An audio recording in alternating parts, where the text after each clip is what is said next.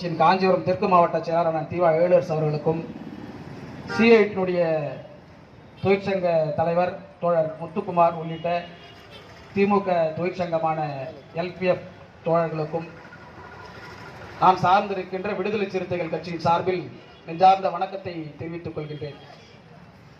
நடைபெற்றுக் கொண்டிருக்கின்ற இந்த மோடி அரசானது தொடர்ச்சியாக தொழிலாளர்களுக்கும் விவசாயிகளுக்கும் விரோதமாக புது புது சட்டங்களை ஏற்றி இருக்கின்ற சட்டங்களை எல்லாம் இவர்கள் மாற்றி தொழிலாளர் விரோதமாக விவசாயிகளுக்கு விரோதமாக சட்டங்களை ஏற்றி தேவையற்ற குழப்பங்களை உருவாக்கி கொண்டிருக்கின்றார்கள். இவர்கள் தொழிலாளர் விவசாயிகள் விரோதி, இவர்களுக்கு மட்டும் விரோதிகள் அல்ல, ஒட்டுமொத்த தேசத்திற்கும் விரோதமாக செயல்பட்டு கொண்டிருக்கின்றது மோடி அரசு. கட்டியே முடிக்கப்படாத ராமர் கோவிலை கட்டுகின்றேன் என்று சொல்லி தேவையற்ற அப்பாவி மக்களின் மத உணர்வுகளை தூண்டி அரசியல் ஆதாயம் தேடிக்கொண்டிருக்கின்றது மோடி கும்பல். இந்த கும்பலை எதிர்த்து இன்றைக்கு தமிழ்நாடு எங்கும் இந்தியா முழுவதும் இந்தியா கூட்டணி என்கின்ற பெயரில் மிக வலுவாக வர இருக்கின்ற தேர்தலை நாம் எதிர்கொள்ள இருக்கின்றோம்.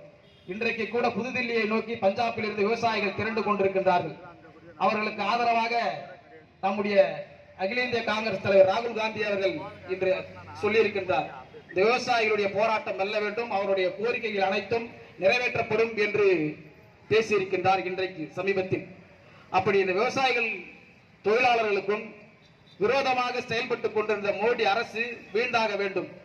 இவர்கள் விவசாயிகளுக்கு மட்டுமல்ல, தொடர்ச்சியாக இந்திய அரசியலமைப்பு சட்டத்திற்கு விரோதமாக புரட்சியாளர் அம்பேத்கர் அவர்கள் இயற்றிய இந்திய அரசியலமைப்பு சட்டத்துக்கு விரோதமாக அரசியலமைப்பு சட்டத்தையே மாற்றுவோம் என்று சொல்லி சாமியார்கள் எல்லாம் சில ஆண்டுகளுக்கு முன்பு ஒன்று கூடி, சமீபத்தில் சில மாதங்களுக்கு முன்பு வாரணாசியிலே ஒன்று கூடி இந்தியாவுடைய பெயரை இனி இந்தியா என்று சொல்லக்கூடாது, இந்துஸ்தான் என்று சொல்ல வேண்டும். அப்படி அந்த இவர்கள் வரைவு அறிக்கை ஒன்றை தயாரித்திருக்கிறார்கள். நாடாளுமன்றம் இனிமேல் தர்ம சபை என்று அழைக்கப்படும். இந்தியாவுடைய தலைநகர் புதுதில்லி கிடையாது, வாரணாசி இனிமேல் தலைநகராக இருக்கும் என்றெல்லாம் ஒரு வரைவு அறிக்கை, ஒரு 40க்கும் மேற்பட்ட சாமியார்கள் எல்லாம் ஒன்று கூடி இந்திய அரசியலமைப்பு சட்டத்தின் ஒரு வரைவு அறிக்கையை தந்திருக்கின்றார்கள். இதை கண்டித்து விடுதலை சிறுத்தைகள் மேடைதோறும் எங்களுடைய தலைவர் ஏற்றுத்தமிழ் அவர்கள் முயங்கி வந்து கொண்டிருக்கின்றார்.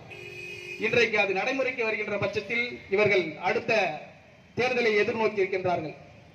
எனக்கு முன்பு பேசிய தோழர் கூட சொன்னார், 370 தொகுதிகளில் வென்று காட்டுவோம் என்று மோடி அரசாங்கம் மோடி பேசியிருக்கின்றார். இவ்வாறு பேசுவதற்கு என்ன தைரியம்? நாம் எவ்வாறு இங்கு அலட்சியமாக செயல்பட்டுக் கொண்டிருக்கின்றோம்? தொடர்ச்சியாக இந்த 10 ஆண்டுகள் எத்தனை விலைவாசி உயர்வு, வேளாண் இடுபொருட்களுடைய விலைவாசி உயர்ந்து கொண்டிருக்கின்றது. விவசாயிகள் எல்லாம் கேட்டுக் கொண்டிருக்கிறார், குறைந்தபட்ச ஆதார விலை நிர்ணயம் செய்திடுக என்று. அதுவும் செய்யப்படவில்லை. பொதுத்துறையில் அனைத்தும் தனியாருக்கு தாரை வார்க்கப்படுகின்றன. பொதுத்துறையில் இடஒதுக்கீடுகள் பறிக்கப்படுகின்றன, அரசு துறையில இடஒதுக்கீடுகள் பறிக்கப்படுகின்றன. சமூக நீதிக்கு ஆபத்து ஏற்பட்டது, ஜனநாயகத்துக்கு ஆபத்து ஏற்பட்டிருக்கின்றது. இந்த மோடி அரசால் ஒட்டுமொத்த இந்திய தேசமே இன்றைக்கு ஆபத்தில் சிக்கி இருக்கிறது. புரட்சியாளர் அம்பேத்கர் இயற்றிய சட்டம் தான் இவர்களுக்கு எதிராக இவர்களுடைய கண்ணை உறுத்திக் கொண்டிருக்கின்றது. அரசியலமைப்பு சட்டத்தை மாற்றுவதற்கு இவர்கள் தயாராகி கொண்டிருக்கின்றார்கள். எனவே இந்த வாய்ப்பினை அவர்களுக்கு வருகின்ற நாடாளுமன்ற தேர்தலில் நாம் பதில் தந்தாக வேண்டும். இது மட்டுமே கிடையாது, இவர்கள் தொடர்ச்சியாகவே இந்த சமூகத்திற்கு எதிராக இடஒதுக்கீடு கொஞ்சம் கொஞ்சமாக பறிபோய் கொண்டிருக்கின்றது. இடஒதுக்கீட்டை பிச்சை என்று சொன்ன சமூகம் எல்லாம் இன்றைக்கு இடஒதுக்கீடை அனுபவித்துக் கொண்டிருக்கின்றார்கள்.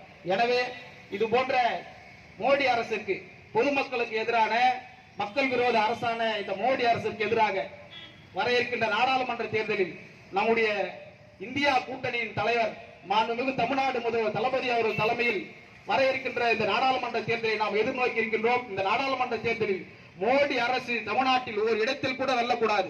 அதற்கேற்ப நாம் ஒவ்வொருவரும் கலமையாக உழைத்து தளபதி அவர்களுடைய தலைமையில் நடைபெறுகின்ற தமிழ்நாட்டு ஆட்சியில் அவருக்கு இந்த 40 தொகுதியில் வெற்றியை தேடித்தர வேண்டும். மோடி அரசு ஓட விரட்டப்பட வேண்டும். அதற்கு நீங்கள் எல்லாம் ஒத்துழைப்பு தர வேண்டும் என்று சொல்லி நல்ல வாய்ப்பு தந்த தோழர்களுக்கு நன்றி, வணக்கம்.